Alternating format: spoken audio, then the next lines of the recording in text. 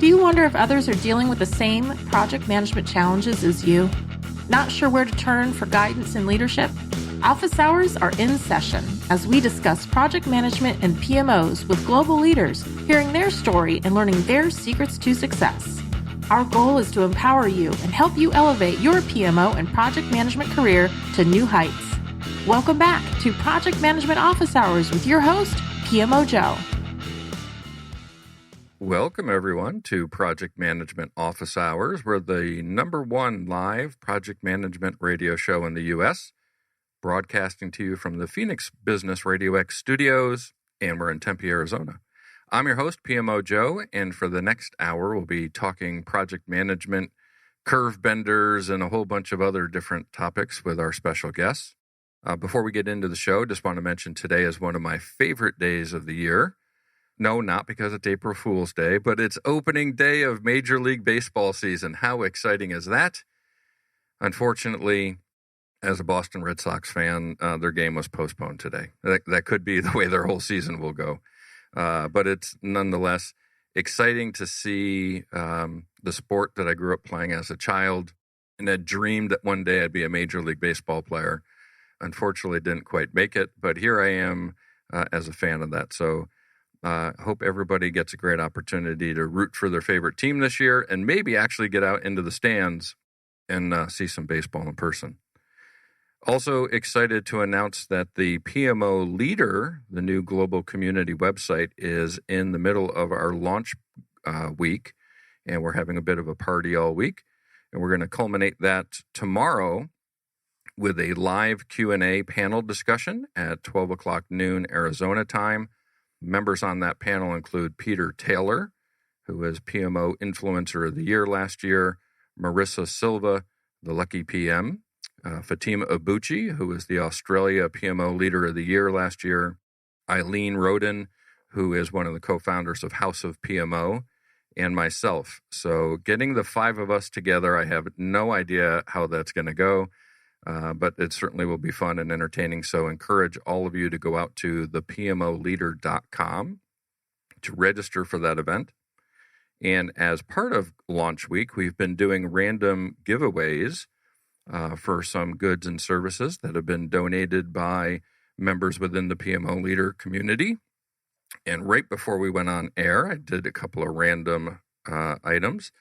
So ITM Platform is a PPM platform system out of the UK, and they are out on the PMO Leader site, and they have offered up a free subscription to their service.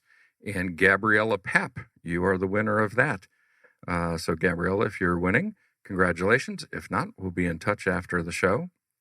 And then also Keyed In Solutions is a partner with us. They've been donating some nice water bottles, which fill in great as we approach summertime. And Leighton Brownlee, you are the winner of one of the Keyed In water bottles, Keyed In Solutions water bottles. So thank you, Leighton. Thank you, Keyed In. Thank you, ITM Platform. Also, want to thank our sponsors of this show, right? We don't have these shows without sponsors. So the PMO Squad, you can visit them at thepmosquad.com to learn more about all of their services. And as I mentioned, the PMO Leader previously, be sure to go out and visit that community site. Finally, a reminder to everyone to visit projectmanagementofficehours.com to see all of our upcoming episodes, catch all of our previous episodes, and learn more about all of our amazing guests who have joined us throughout the years. So today, in addition to being Major League Baseball opening day, which I'm excited about, I'm also super excited to have Jennifer Bridges and David Nour joining me today. Thank you, Jennifer and David. So glad to be here, Joe. It's good to be with you, Joe. Yeah, thank you. And Jennifer, I believe you're in Alabama. And David, are you in Atlanta today? I am indeed. So we're getting some Southeast representation. I'd been in Atlanta for around 20 years or so. So it's good to connect with some folks who are back there. Jennifer, if you could take a minute to say hello to all of our listeners and introduce yourself to them. Well, Joe, it's great to be here and with your audience. And because I know you have a global audience of influencers and impactors all over the world. And just been around quite a bit, a long time, I guess, in my career. And I guess the essence of the coaching work and the leadership development work that I do is helping people improve their performance potential. And so I'm founder of pdustogo.com, which we're going on 14 years now. And David has been a huge part of that, one of our initial brave and courageous partners. And he's been a part of helping us infuse different aspects or different perspectives from leaders that he works with at different executive levels, and all the research that he's done over 11 books now.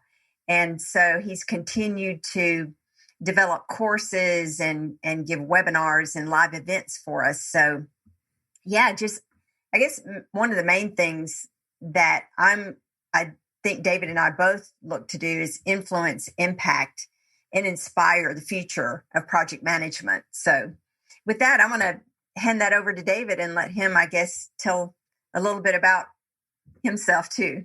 I'm on the wrong show. I thought this was the British baking show or something. Wait a minute. I'm on the wrong show here. No, Joe. I be on this show, right? No, you dialed in the wrong channel. Right. Whoops. Joe, I want to echo Jennifer's comments. Thank you for having us. We were on another call where Lee Lambert was joining us, and as the audience knows, founder of kind of the whole PMP world. And I said, Lee, this is all your fault. I would have never met Jennifer Bridges. I would have really not known a whole lot about the whole project management community if it wasn't for that whole movement. And I got to tell you, I'm in awe of the project management professionals that I've met over the years, because they're the essence of the organizations that I work with and the leadership teams that I work with in their ability to get anything done. So with Jennifer's help over the last, crazy to believe, 14, 15 years, I'm able to bring my ideas around strategic relationships, around visual storytelling, around this fundamental need for personal reinvention through my books, through my coaching, through my advisory work to project management professionals, and the great work that she does with PDUs to Go. And you're likewise a great contributor to our most recent initiative, which was this whole PM Next starting. I think that was our COVID moment, right? In the middle of the pandemic, we started thinking, what do project management professionals need to know or think about or do differently, not just to get through this difficult time, but really on the other side of it. And you contributed greatly to that conversation, and we appreciate that. And I'm excited about our conversation today of how do we help elevate both the awareness and the impact of project management and project management professionals. Yeah, thank you both so much for joining us. And Lee's been a guest on the show. We've talked. It was great. We had Lee on with the woman who's responsible for the PMP today within PMI. So we did the journey from the PMP origin to current modern time with all the changes that are upcoming and what's it look like in the future. So we always value contributions from Lee, and certainly with both of you. You mentioned PM Next, and Jennifer and I were talking again before the show. We had announced some giveaways, and Jennifer has offered up. We'll be doing a random giveaway we'll add into our mix for the PMO leader, where we'll give away one seat to a PM Next course. So thank you, Jennifer, for offering that up. Very gracious and very much appreciated. Now, David, as part of this, we haven't talked about any of this before the show. So this is all live, and it's all first time. It's random. This is what's happening here. Improv at its greatest. I think that's what project managers do best, right? You had put in your bio that you had come over from Iran with $100 in your pocket. And I didn't know any of this before I read that a week or two ago when I saw it on your bio. We had a guest on, Amira Mahazahari, who was also from Iran. She was on earlier this year, and she had talked about growing up. She was born during the revolution and the war with Iraq, and how that impacted her life, and eventually her family had to escape to Australia. And after that, we started calling this show The Humanity and Reality of Project Management, because we're all impacted by life. Right? I mean, we're all project managers and we're business leaders, we're professionals, but we're human first, right? We're people first. So enlighten us, tell us the story of how someone from Iran with $100 in their pocket makes it to the U.S. and then has the success of 11 books, your own business, and so much more after that. So very kind of you to say, yeah, it's actually the story is true. I came, so my parents are now retired college professors in Persian literature and Persian history. The old regime had an exchange program. So in 1972, we went to Kuwait. We spent the next 10 years on 6 different Middle Eastern countries. And I used to speak fluent Arabic as a child. Then the revolution happened. They called them all back. My parents had the foresight to realize there just wouldn't be a whole lot of future for me in Iran because it was the onset of the Iran-Iraq war. So I have a couple uncles in Europe that said, no, thanks, too much responsibility. I have 3 in the US. 2 of them said, no, thanks. One of them said, we'll take them for the summer. So, Joe, I landed, and Jen's heard this story. I landed at JFK May 23rd, 1981. So this May will be 40 years with a suitcase, $100, didn't know anybody, and literally didn't speak a word of English. And at JFK, I had a badge around my neck that said, put this kid on an Eastern airline flight to Atlanta. And he literally doesn't speak any English. So got here, lived with an aunt and uncle that I hadn't seen since birth. My aunt took me to a local elementary school. We got the 1st through the 12th grade, 1st through, I think, 8th or 9th, 10th grade English books.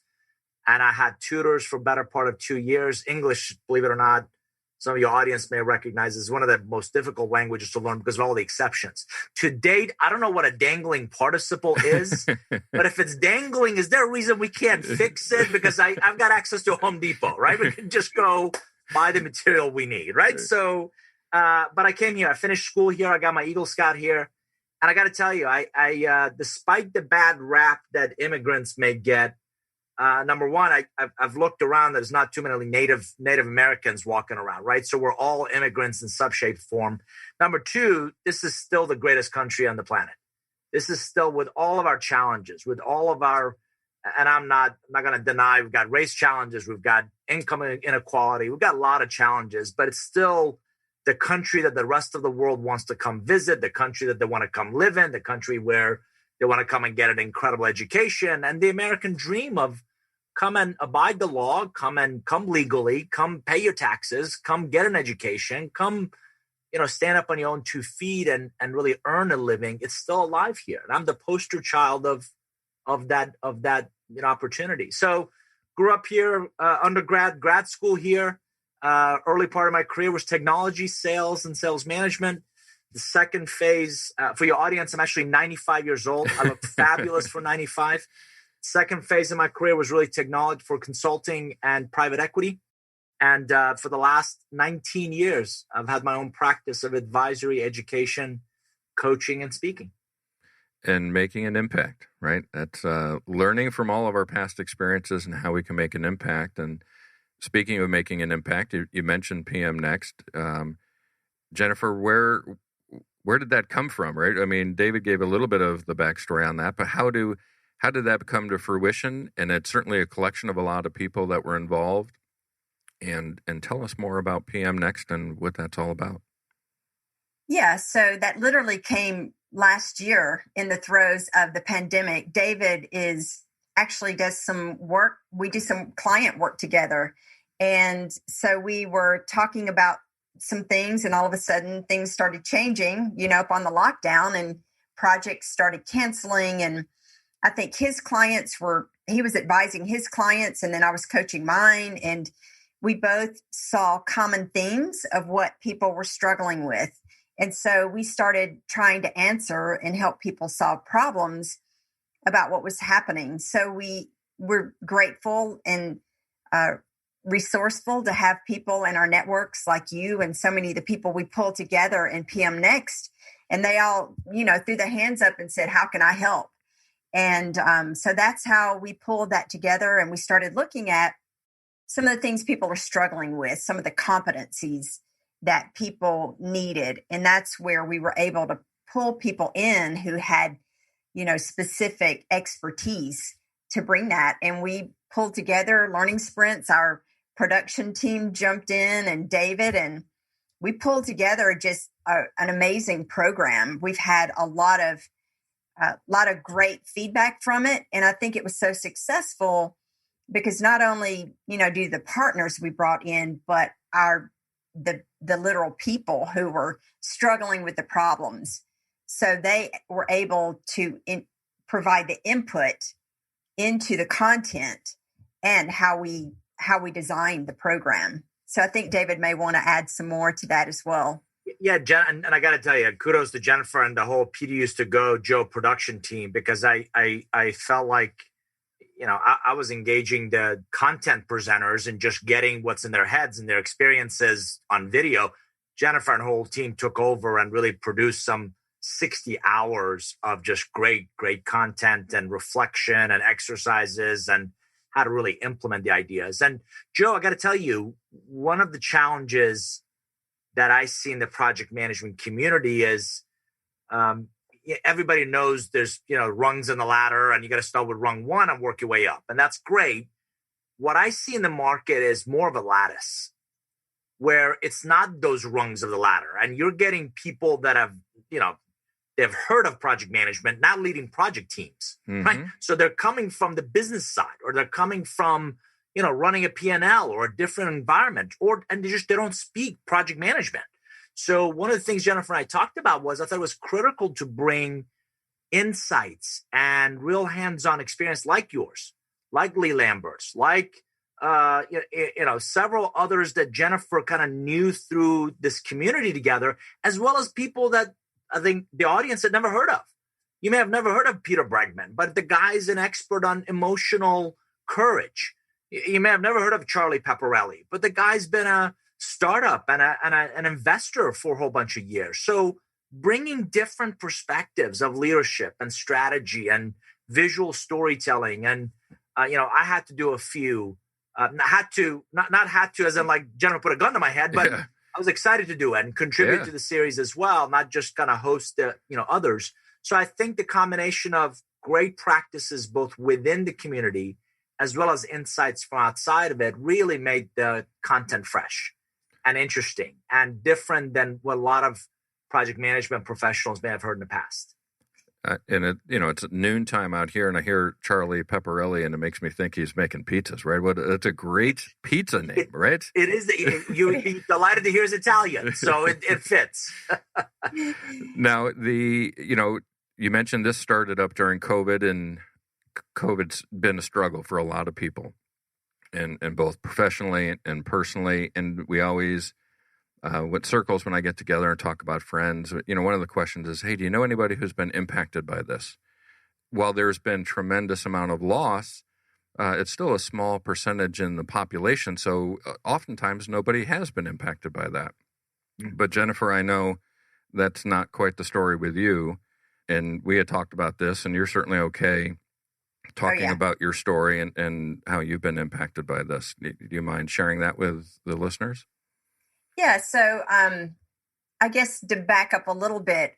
So I'm from out of Atlanta. And so my mom who was 81, lived in Alabama. So for many years after my dad passed, I've been trekking 4 hours pretty excessively between Atlanta and Huntsville, near the Space and Rocket City, to support my mom. And then when COVID happened, I really spent more time in Alabama to be in support of her.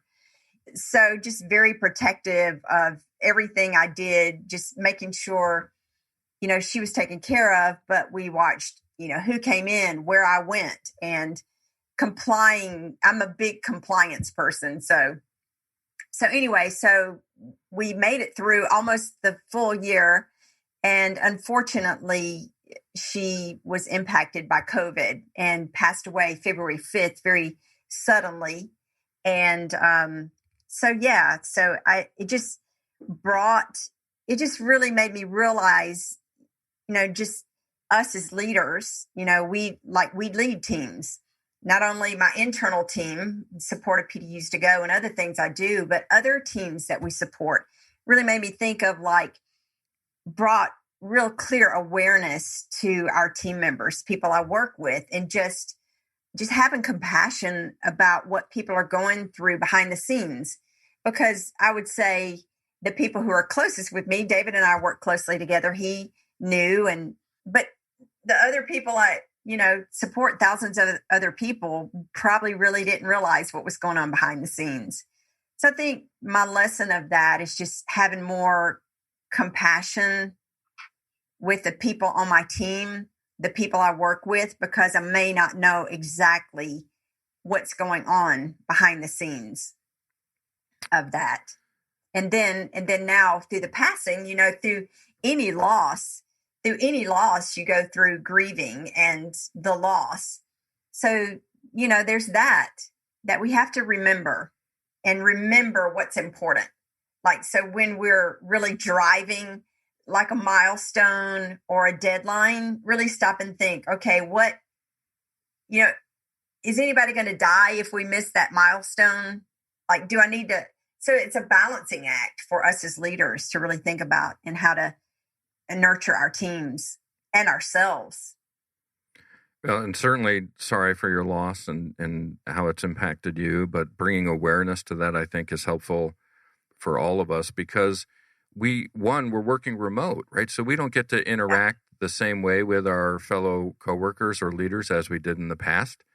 We don't know the struggles of working from home or certainly dealing with the pandemic. Yeah. So thank you for sharing that with everybody. And I think calling for everybody to be more compassionate, to understand the unknown, to maybe take a moment and ask somebody that you wouldn't have asked otherwise, hey, is everything okay? Is there anything I can help with? Yeah. Is there anything we need to be able to do differently?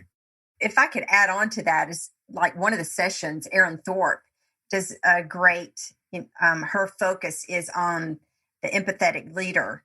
So that really brought that to home. So in addition, I have a young team that supports PDUs to Go. And one of our members during this production of PM Next, so we're grinding out content, producing this program, and she and her husband both get COVID. They have 2 small children, one of which is special needs.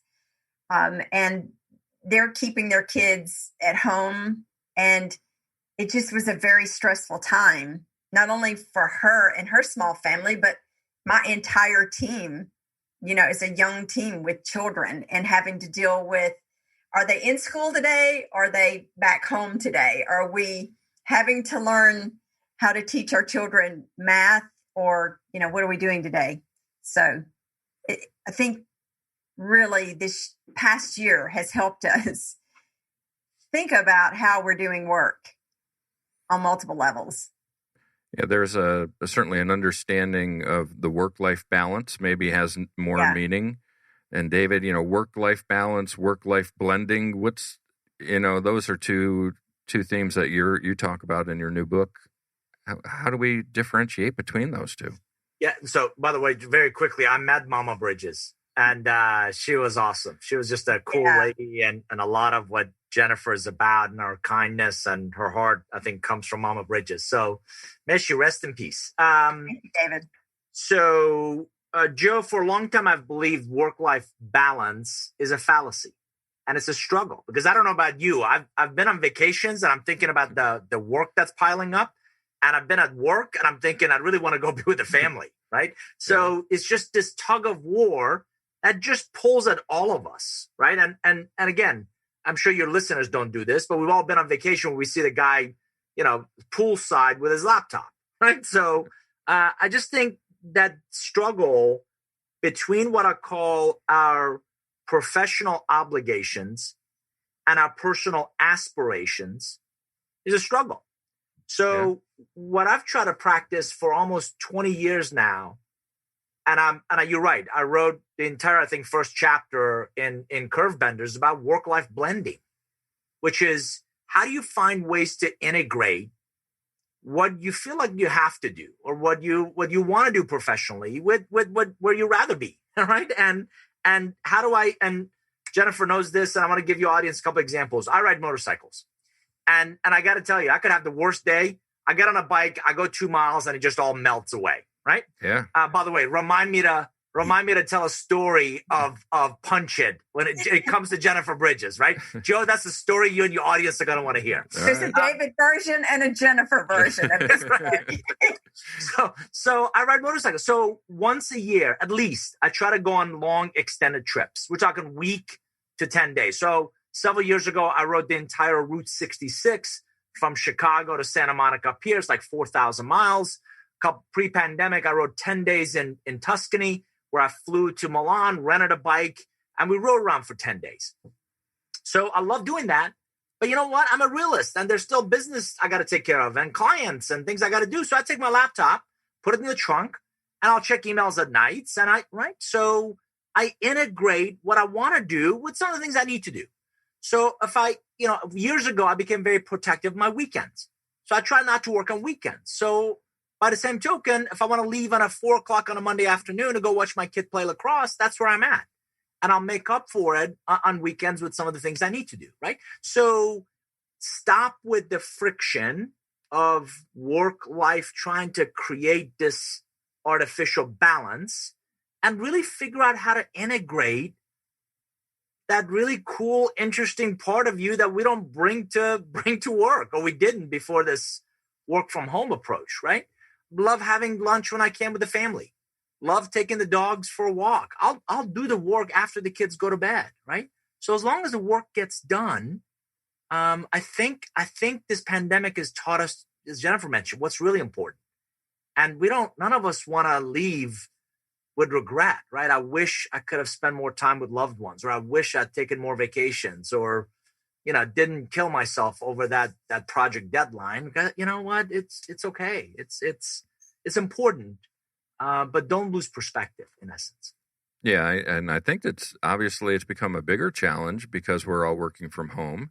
And I remember early on in the pandemic, I was talking to somebody and I said, can you hold on 1 second? I've got to go get my laundry out of the washer and put it in the dryer. And it was in the middle of a call, right? And I was like, what in the world are you doing? Why are you doing it right now? Couldn't you wait?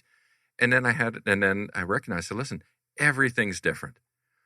Nobody knows how to work this way anymore. I think we're much better at it now, right? I think people are figuring that out. And what I figured out is I don't work and I don't have family time. I have time.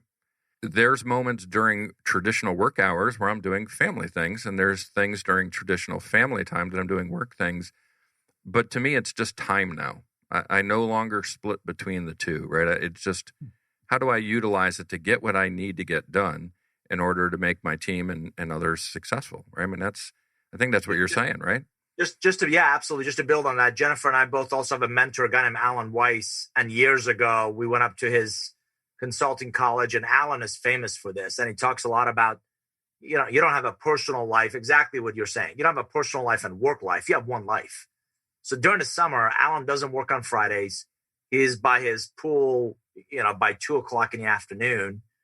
He may be, considerably older than we are, but he chooses that. And by the way, he puts on educational programs for his clients in places where he wants to vacation, right? That's the ultimate. And he talks about real wealth is discretionary time, because we can always make more money. We can't get that time back. Right. So yeah, getting your priorities and your aspirations and the things and again, Joe, for me, you, Jennifer, it might be a little easier because we're all entrepreneurs, and in some ways we control our own schedule and destinies and how much we want to work. That may not always be the case for those that are employees of organizations. By the same token, you're exactly right. I think, and Jennifer and I talked about this pandemic has opened the eyes of many managers and leaders of how incredibly productive we can be. Do you really care that I don't spend 2 hours in a commute, or, I wear shorts as long as I'm professional, business above, party below, right? If it's shorts underneath, do you really care? Right. And what, or do you care about the quality of my work? Yeah. And that I am productive and I am putting the effort to create outcomes. Don't confuse output with outcomes. I think most organizations benefit from the outcome, which again comes from this idea of work-life blending that I wrote about in Curvebenders. One of my favorite TV shows currently, it's a nothing show, but it's Ride with Norman Reedus. right? And he travels the world riding a motorcycle, and he brings along a celebrity, and they just take 3 to 5 days, and we, the viewers, get to see these amazing countrysides. So, David, I think you need to get your own show, Ride with David Nour, right? And let us know. Joking aside, I've been, as you heard my story, I've been in this country for 40 years. Yeah. I honestly think I've seen it for the first time in the last 10. Because when we travel over it, obviously you don't see it. When we even drive, most of us take the highways. Jennifer's got Atlanta to Huntsville, down to, she could do it in her sleep. I-20. Right? Yeah. I-20. And it's just a highway you go. When you get on a motorcycle, highways are kind of boring. So you always take the back roads, and you go through Jamaica, Vermont. And you go through Athens, Alabama. And you go through Route 66. I got to tell you, I've read about it for so long. You go through it and you see how desolate some of it has become and boarded up. And by the way, that Highway 40 is right there. You can see it. And it's a incredible reminder. And I always bring these back to some ways in shape or form, the work that we all do, right? The need for all of us to remain relevant. Yeah. Right. The Route 66 businesses saw the highway going up, but they didn't do anything differently. They didn't act. So they saw the trend. They didn't move. They didn't act differently. And hence they became irrelevant. And a lot of them are gone. And I've been to Athens, Alabama, and Gadsden Lake, right on the drive from Atlanta up to Huntsville, is a beautiful lake in the middle of nowhere that if you didn't go off a beaten path, you'd never see it, right? I mean, it's just beautiful. But did Jennifer Bridges take you to that square ice cream shop? Because exactly. Come back to visit. I'll give you the 3-hour tour. If you have not been to that square ice cream shop, you don't know what life is about. Yeah, the Cream Delight. So Jennifer, a little plug in for the Cream Delight. Let's get the Jennifer version of the Punch It story. Oh. So my version of the Punch It story is so David makes riding motorcycles look so fun and easy. So he encouraged me to learn how to ride. So I did. There are multiple parts of this story about finding the perfect bike, but I started on a scooter. But anyway, he helped me get the first bike, and we'd been practicing. So he was riding the scooter back to the house, and you were riding the other bike. I was riding the scooter. So we're on this main road in Buckhead, and it's quite busy. So we're at the stop sign, and David said, okay, when you get to this, when you start to go, follow me, but you've got to punch it. So I literally took it, I'm a literalist. So I gave it the full gas. And before I knew it, I was like headed straight for this tree. And at like Mach 9, at 60, about 60 miles an hour. And I honestly thought I was going to kill myself. So anyway, all I could think of is target fixation from the class, because I'd been to the class, and all I could think about is, oh my God, I'm fixated on this tree. So I forced myself to look down and threw the scooter, threw my weight down and went into this ditch. And then I'll let David tell the rest of the story. So for your audience, right? If you know anything about motorcycles, they come in different sizes. And we're talking about a CC, like a 49cc scooter, right? This little cute little Vespa. And I'm further down the road. I look in my rearview mirror and Jennifer's not there. This car pulls up next to me and says, hey, your buddy is in a ditch. I'm like, wait, what? So I circle back around. I go back, and sure enough, Jennifer Bridges is down this ditch with a little scooter. Like, who ditches a scooter in a ditch? And so ever since then, I've learned that Jennifer's very literal. And if you say punch it, she's going to do a wheelie on a scooter. Just don't say punch it if you don't mean punch it. Well, so we three of us picked the scooter up out of the ditch, and the rest, thankfully, she wasn't hurt. But it was to date, she's the only person ever that I've been riding with who has ditched a scooter literally in a ditch. I'm constantly chastised among the motorcycle riders about ditching a Vespa. Most of the stories are about like David's at Barber, like going around this pin turn at 140 miles an hour. That's his like wreck. Mine is on a Vespa scooter.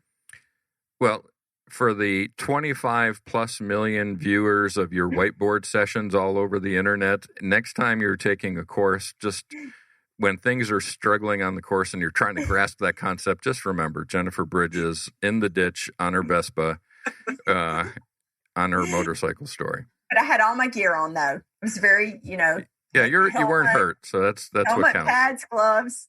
Yes. Yeah, I ditched a moped back in the day when I was a young kid out in at a baseball tournament.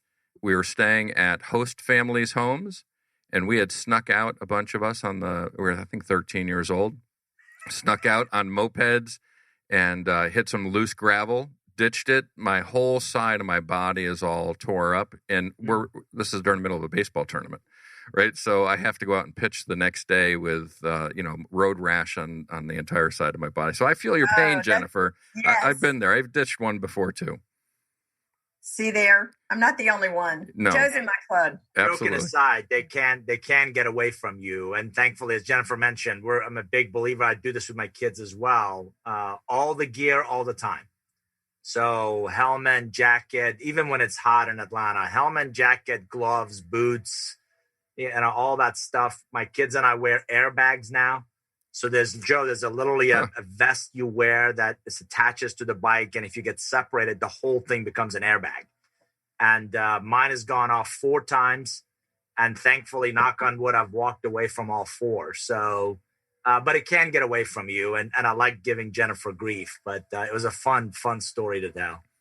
Well, let's hope there's not a number 5, right? For your sake. And good conversation, right? This goes back to we're people, right? We all have experiences that we learn from. And also understanding, David, to your point, right, on these tours around the country and the Route 66 story, guess what? Somebody built Route 66. Somebody built Highway 40. Somebody built the buildings they're in. And guess who built them? Project managers. So we're building the world, one road, house, project, software system, whatever it may be at a time. That's our contribution to all of that. So everybody be aware of that, right? And learn from those experiences. The other thing, in your background, I can see, David, is Curvebenders back there. Interesting title. You have 11 books that come out. I guess this will be book number 11. What's the backstory behind that? What is Curvebenders all about? Sure. So Curvebenders, at their essence, so just high level, Curvebenders are some of your most strategic, most valuable relationships. Joe, it takes me about 4 years to research and interview and kind of get ideas together. At some point, you feel like you've said enough, you've coached enough, you've talked enough about an idea, you have something to say. So yes, you're right. This will be book number 11. It's actually coming out later this month. What we did is, I'm 53. I figured I'll retire when I die. So in thinking about, and I'm always curious about, what will the next decade of my work look like? So for your listeners, and Jennifer and I have had this conversation as well, right? So what will the future of our work look like? Well, what the pandemic showed us is disruptions don't just disrupt the way we work. As she mentioned, God bless people with young families, right? It disrupts the way we work and the way we live. And we're all cooped up, the way we play. And in some ways, the way we serve or we give to others. So we embarked on this journey. We've researched 15 forces that, by the way, this pandemic is one of them, that we believe will continue to create headwind, tailwind, or turbulence in our lives. So most of my clients have figured out how to navigate their way around this pandemic. Their concern is the next one. What if it was cyber? Well, God forbid, what if it's a natural disaster, right? So in the face of constant disruption, the only thing you can do, since none of us can predict it, if we could, I'd be on the next flight to Vegas, right? Yeah. Is to plan for it. So how can you plan? How can you continue to learn and grow? And both of you do a phenomenal job in really engaging project management professionals and really elevating their thinking, elevating their knowledge. So I'm a big believer of micro learnings. Whereas Jennifer mentioned these ideas of learning sprints, where you quickly learn something, you apply it. And Joe, what that does, it creates this non-linear growth through which you can reinvent yourself. Now, I've always believed that my life's work, last 20 years, has been around this idea of relationships. And my premise in this book is that a few of your most valuable relationships accelerate your growth, accelerate that journey. And beyond helping you with a project or an initiative, they profoundly impact who you become as a manager, as a leader, as an executive. And a really good way to think about this is talk to anybody you like, you respect, you trust, and ask them who's shaped the person they've become. And they'll typically name one or two people in their backgrounds. It could be an old professor or a great boss who demonstrated a vested interest in their success and really took them under their wings and didn't just teach them about PMP. They taught them how to be a human being and how to, as Jennifer mentioned, Aaron Thorpe's session on how to be more empathetic as a leader, how to demonstrate more courage, how to create a small gap between how you feel and what you say, so you don't say the wrong things at the wrong time that you're going to regret, right? So all of those attributes are put in these amazing relationships I call curvebenders. It's fascinating. And that's why I love hosting this show, is because I get a front row seat to my own mentoring session, right? Every time I have a show. I'll be 53 on Monday, so we're pretty close here in age, David, and it's probably similar experiences. And about 2 weeks ago, when somebody asked me that question, the answer is always my high school baseball coach was the first person that curved, right, my trajectory. And about 2 weeks ago, I got his phone number and reached out and sent him a text message, and we had a great weekend worth of texting and catching up over time. And his grandson now is a baseball player for Boston College, and as of last weekend was leading the nation in total bases, right? He's killing it, and he's a sophomore. So it doesn't matter the timing on this, right? It can be somebody pre your profession. And then, we're here at Business Radio X, and I tell the story all the time. Karen, who's the station owner, I didn't want to be a radio host. I didn't want to host this. I had my own professional consulting firm. I'm out there doing work within the industry, and she just kept pushing me in this direction. And here I am, 30 million plays and downloads later, one of the top 15 PMO influencers in the world. That never would have happened if I didn't host the show and talk to people like you guys. She told the two of us is because you had a face for radio. I mean, well, that part's true. That part's true. Where that's coming from. I don't want to start anything here. That's what we heard. The radio part's true, but we're going to go live video on these shows pretty soon, so we'll find out. Maybe the audience feedback will push us back to audio only. We'll see. Or Karen is going to find an on-air, on-video host. I didn't know Joe looked like that. He's got a full head of hair, and man, he's handsome. We'll use an emoji over my face the whole show. Jennifer, how about you within this Curvebenders world, right?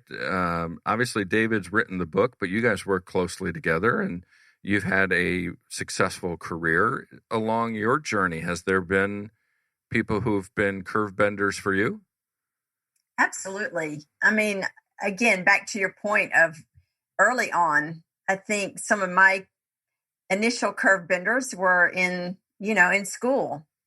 So even in, as early as high school, and being in sports in high school, they just all, I think sports has an underlying influence in my life, working with teams and coaching. Now I do a lot of coaching, and I think that had an influence on me. My father was a coach. I think he was a curvebender for me. David mentioned my mom, and I believe some of the values and things I have today came from my parents.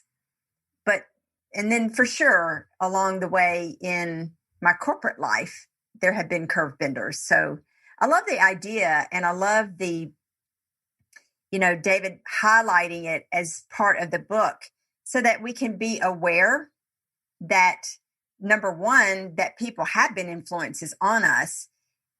They have been our curvebenders, but also an important part he's bringing to the forefront is how are we being someone else's curvebender?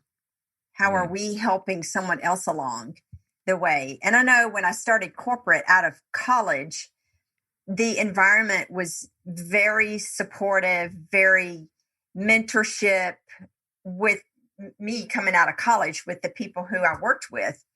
And then somewhere down the line, in probably a decade or two, that kind of phased away with the whole effort of like, we've got to do as much as you can, in every day, everything, kind of the human side during a period of time, I think kind of went by the wayside in some of the environments I saw.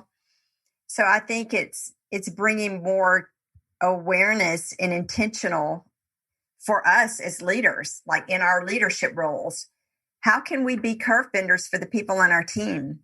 How can we be curve benders for the next generation, the new people coming in?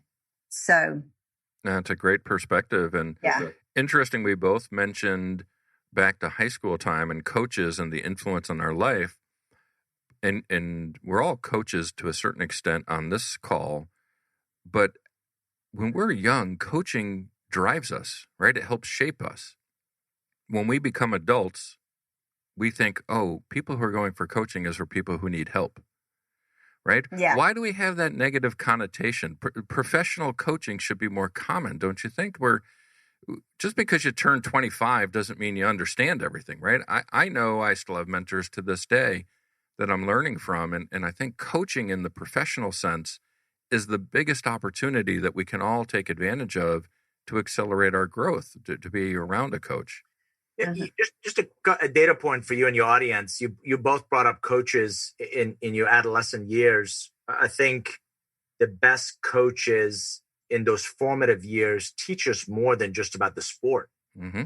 Absolutely. They leave an indelible imprint on us in terms of life, in terms of how to lose graciously, how to pick ourselves back up, how to not get bullied by the kid on the other team. All those things become lifelong, they mold us in so many ways. And Joe, I couldn't agree with your comment more that if you think of athletes, if you think of entertainers, those that are already doing well, hire coaches to really take them to that next level, right? So I want to go get this Oscar-winning part. Help me. I'm a comedian. Help me take a more dramatic role, right? Mm-hmm. And they go elevate their skills, their knowledge, in some ways, their behaviors. For some reason in business, as you alluded to it, it's perceived that you get a coach when you're broken or you need something fixing. And I think it has as much to do with us as coaches as it is those who hire coaches. I can't help someone who's broken. They need to go fix themselves. Go respectfully, go see a professional for that. That's not what I do. I take great managers and make them exceptional leaders. Mm-hmm. Right. And that's a mindset first. I was talking to one earlier today who's very competent, very capable, is having a meeting with the CEO and the board about his comp plan. And, early on in our conversation, his attitude is, almost like the chip on the shoulder, right? And you could see it, right? I'm underpaid against everybody else that I know. And I deserve more. And I'm like, okay, hold on, time out, right? You go in with that attitude and it's going to show. And that executive or that board is going to see right through that you got a chip on your shoulder. Nobody wants to be around people that suck the life out of them. It's just not a whole lot of fun. It's conversely, if you lead with this enormous gratitude, I'm blessed. There's a lot I have to the rest of the world. And by the way, to our listeners, the rest of the world believes we're incredibly rich, right? If you have 2 cars, 70% of the world believes you're wealthy, right? So if you own your home, you're better off than something like 80% of the world, right? So leading with gratitude, leading from a place of just enormous abundance that we have in our lives allows you to see coaching as a phenomenal opportunity for me to get to that next level, get to reach another level of success, another level of significance and impact in my life. And I think that's something that we as coaches can also help those we choose to coach see, as this is a chance to level up. This is a chance for you to raise the bar on. And I talk about it in Curvebenders, the best version of you. One of the questions I ask most leaders is, if, in thinking about those who've had a profound impact on your life, is there a common thread? And inevitably, every one of them said they saw the best version of me. Mm-hmm. Even when I couldn't see it myself, even when I didn't see it, they nudged me outside of my comfort zone, outside of my, little safe space to put myself out there and be vulnerable and do the things I've never done and go for jobs and push myself beyond even my own perceived reach. And then when I got there, I couldn't be more grateful for just that. These people coming to my life at this moment in time that, again, changed both my direction and ultimately my destination. And I think this is all hits home for me because I'm a person too, right? We have all these moments in our life. And there was a high school senior when I was just a little kid who broke his leg, and he'd come around the neighborhood and sit on the front porch and be the quarterback and let the rest of us kids play. And whoever had the best day, he'd reach into his pocket and hand out the 35, 50 cents, whatever change and he had in his pocket. He'd give it to the little kid who did the best that day. And after doing that for a few months, you wanted to be the kid that it wasn't about getting the money, right? It was about somebody acknowledging that you were working hard and giving that to you. So as we grew up and got separated, whatever, and internet comes along, you find this guy out in Texas whose son's playing football, and he passes through Wichita, Kansas every weekend to go catch his son's football game. And guess what? I'm living in Wichita, Kansas at the time. So I'm able to reconnect with that guy, probably 40 years later. And the gratitude part is what you mentioned, David, that I'm commenting on here really is I was able to say thank you because nobody knew back then that he was impacting my life. But I'll think back to those moments today about this high school senior who was just tossing a football to little kids, but making us feel like we were worth something. And that's Curvebenders, right? That seems like the spirit of this book. Absolutely. When you say you had a group of people, kids that you were playing with, was one of them Jesus? I'm just asking. I'm trying to find out, what kind of time frame are we talking about here? No. I'm not that old. I'm 53. Remember he said he's the same as age you. as you. Yeah. So.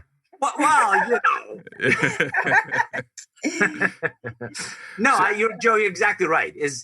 And the fascinating thing we found out in our research was you don't see them as a curve bender in the moment.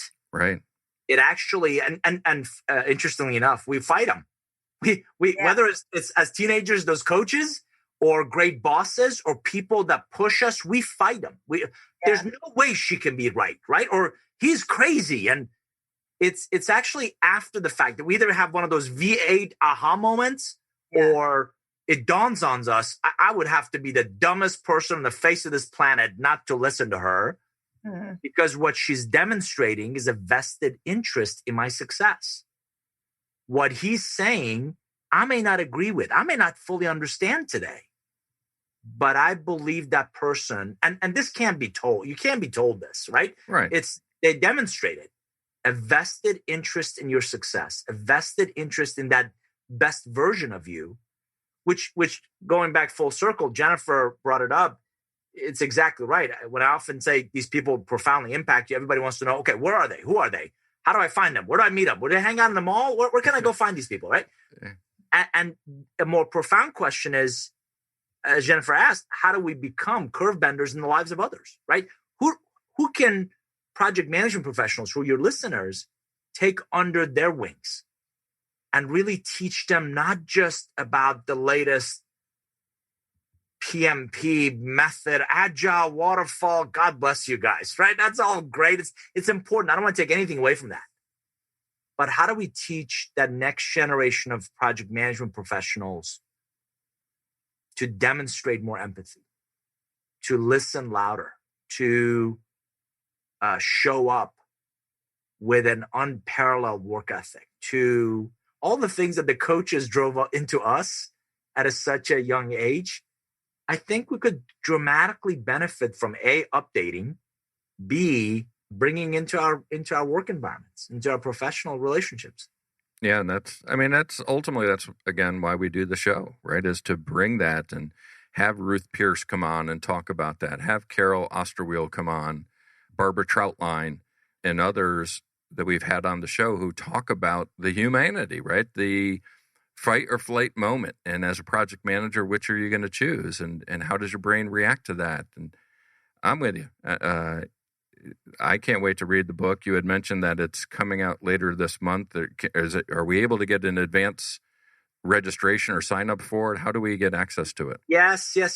Thank you for asking. In our partnership with PDUs to Go and the PM, as part of the PM Next series, we do have a pre-order campaign going on that if you order before April 23rd, and I'll share that with you and your audience, the link we've created for project management professionals. We actually are offering a series of these learning sprints around the PMP career accelerants is what we're calling it. So if you want a better job, if you want a different job, if you want to get promoted, if you want to go to a startup, if you want to go to a bigger company, I take the key nuggets from the book, such as your personal market value, your 7 steps to at meeting your Curvebenders, this idea of personal reinvention through an S curve. And we apply those to what project managers can do. And Jennifer knows, and as your audience can hear from this session, I am very shy. I'm very quiet. I'm very much an introvert. We have no fun. 0 fun is allowed on any of our sessions. And those are all going to be running in May. And the intent is to really help the audience internalize, synthesize, and apply some of these ideas to improve their jobs, their careers, their journey. Well, when I look at the clock, it's amazing to think how quickly that hour just went by. Before we sign off, certainly want to give each of you an opportunity to let the audience know how they can connect with you and anything else that you may have upcoming. So Jennifer, we'll start with you. Yeah, so people can find me best at pdustogo.com. So that is a PDU with an S and a number 2, go.com, pdustogo.com. And of course, you can find me on LinkedIn as well. Awesome. Thank you so much, Jennifer, for joining us. And David, how about you? Best place to find me is Nour Group, Nour Group, nourgroup.com. And actually would encourage your audience, if you put a /forum at the end, nourgroup.com/forum, that's our private online community. Jennifer Bridges has done a fabulous job building the PDUs to Go PM Next group. It's our biggest group, some fabulous people, great conversations. I would love to have you there to continue this discussion. Yes, and I'm in that forum and enjoy all the conversations out there. So I, as well, strongly encourage everyone to go out and do that. Thank you both for joining me. It's been awesome to connect. That went by super fast. We've only been having one guest for much of this year. So having 2 people, boy, it went by super fast. Well, I couldn't get a word in otherwise. I know. I'm just take over. Take over. So I also want to thank our listeners. Of course, if we don't have listeners, we don't have a show. So appreciate them tuning in every other week when we have these. Be sure to visit projectmanagementofficehours.com to check out all of the great content, the information that David's talking about. We'll have posted out there. We have a great schedule of live chats with industry leaders upcoming as well. Tune in for our next show. Will be Stuart Easton joining us from the UK. We have David Barrett coming on from Canada, Alana Hill, Danielle Torley, Hamotel Weitz, and Daniel Zitter from Israel, Antonio Nieto Rodriguez from Belgium, Karsten Lay from Vietnam. So a long list of distinguished leaders upcoming. And also remember, these shows are recorded and we'll release them as a podcast. So be sure to subscribe to Project Management Office Hours on Apple Podcast, iHeartRadio, Spotify, Spreaker, whatever your platform of choice is. And of course, thanks to our sponsors, the PMO Squad and the PMO Leader. Visit the PMO Squad to learn more about the purpose-driven PMO and all of our project management services. That's it for now. Office hours are closed. Until next time, I'm PMO Joe, and you've been listening to Project Management Office Hours. Thanks for listening to another episode of Project Management Office Hours with PMO Joe. You're not alone in your project management journey. We're here to help you achieve your goals. Subscribe to Project Management Office Hours on your favorite podcast platform to catch all of our episodes and hear industry leaders share their story and secrets to success.